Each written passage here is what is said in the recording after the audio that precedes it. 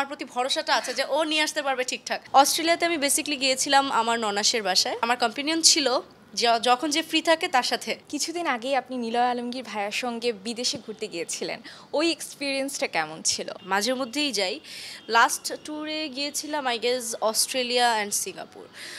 হ্যাঁ, আমার প্রত্যেকটা বাইরের ট্যুরই খুবই দারুণ হয়। কোনো ধরনের এক্সট্রা প্রেশার নেই, কোনো ধরনের ব্যস্ততা নেই, শুধু ঘোরাফেরা। অস্ট্রেলিয়াতে আমি বেসিক্যালি গিয়েছিলাম আমার ননাসের বাসায়, মানে ওর বড় আপা, অনেক হয়তো বা জানে না, আপা অস্ট্রেলিয়াতে থাকেন। সো ওনার বাসায় গিয়েছিলাম মোটামুটি 1 মান্থ ধরে। ওখানে কিন্তু আমি নতুন বউ, সো নতুন বউয়ের আপ্যায়ন, অনেক দাওয়াত, খুবই ভালো কেটেছে।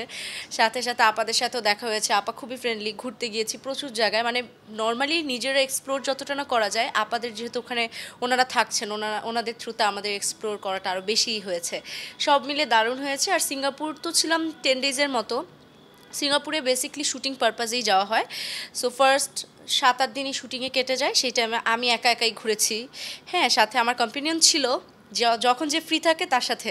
এই যে সব কিছু ব্যালেন্স করা, আপনার একটা প্রফেশন আবার পড়াশোনা, কিভাবে ব্যালেন্স করা? টাইম ম্যানেজমেন্টের তো অবশ্যই একটা ইম্পর্ট্যান্ট জিনিস। আমার পড়াশোনাটা তো দেখা যাচ্ছে ভার্সিটিতে ক্লাসগুলা করতে হয়, কারণ একটা অ্যাটেন্ডেন্সের ব্যাপার থাকে। বাট আমার ক্ষেত্রে মাঝে মধ্যে একটু কম করা হয়। এই জন্য আমি বকাও খাই, সত্যি কথা যেটা, ভার্সিটিতে প্রচুর বকাও খাই।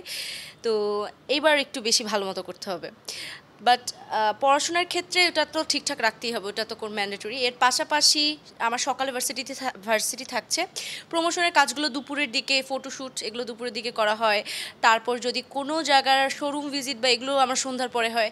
এভাবে করে খুবই রাশ টাইমিং থাকে, দেখা যায় আমি একটা মিনিটও যে এক্সট্রা কিছু করব সেটা, ইভেন আমার মাঝে মধ্যে লাঞ্চ করার টাইম পার হয়ে যায়। এটা সবারই হয় বেসিকলি, যারা হচ্ছে এই টাইপের কাজ করে।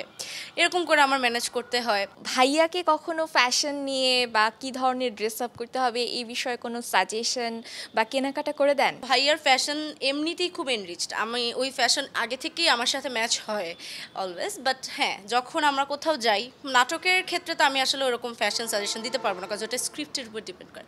বাট যখন আমরা নিজেরা কোথাও যাই, অলওয়েজই আমি হচ্ছে ওকে চুজ করে দিই। ড্রেস চুজ বলেন, যেটাই গেট আপ, সব কিছু আমিই করে দিই। ইভেন বিদেশের ট্যুরেও যদি পার্সোনাল ট্যুর হয়, সেক্ষেত্রে কী কী পরবে, কোথায় কী পরবে, সেটা তো অ্যাকচুয়ালি আমি কিনেও দিই, সেটা আমি নিজেই চুজ করে দিই। সো এখানে আসলে মানে দুজনে মিলে শপিং করতে যাওয়া হয়? না, আসলে এটা খুব কম হয় আমাদের শপিংয়ের। প্রথম কথা হচ্ছে, হ্যাঁ যাওয়া হয় ঈদের আগে, হয়তো বা মাঝে মধ্যে 2-1 বার যাওয়া হয়। বাট ম্যাক্সিমাম শপিং আমি একাই করি।